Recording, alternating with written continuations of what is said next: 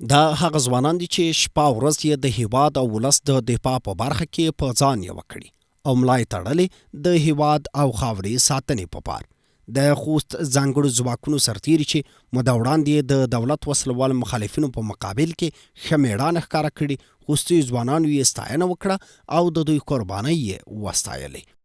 نن ورځ خوستي ځوانان راغلي دي د نظامیانو د ستاینې غونډه برابره کړې ده او د دوی د تشویق په خاطر باندې چې دوی ته مورال ورکړي او د دوی مورال ضعیف نشي. نو نن همدغه ځوانان راغلي دي او غواړي چې همدا سربازان وستایي او د دوی په وړاندې دغه غونډه دایره کړي. او نن موږ وکولی شول چې دغه سربازان رونه چې موږ سره اوږه په اوږه ولاړ دي او زموږ ژوند یې ژغورلی دی او د موږ دپاره شپه او ورځ قرباني کړې ده، نو دغې ستاین غونډه موږ ونیوه.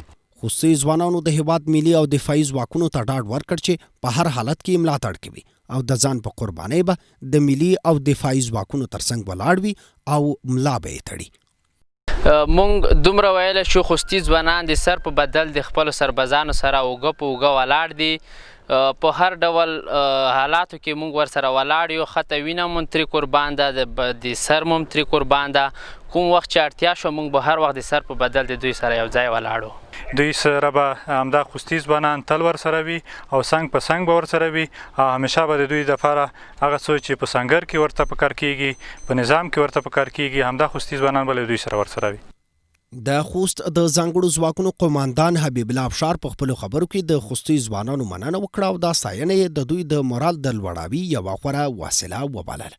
افشار د ولس سره ژمنه وکړه چې د ځان او کورنۍ په قربانۍ یاد سرتیري د هیواد دفاع ته تیار او په میړانه به د هر دښمن په وړاندې وجنګیږي او چاته به اجازه ورنکړي چې د ولس لپاره سرخوږی جوړ شي.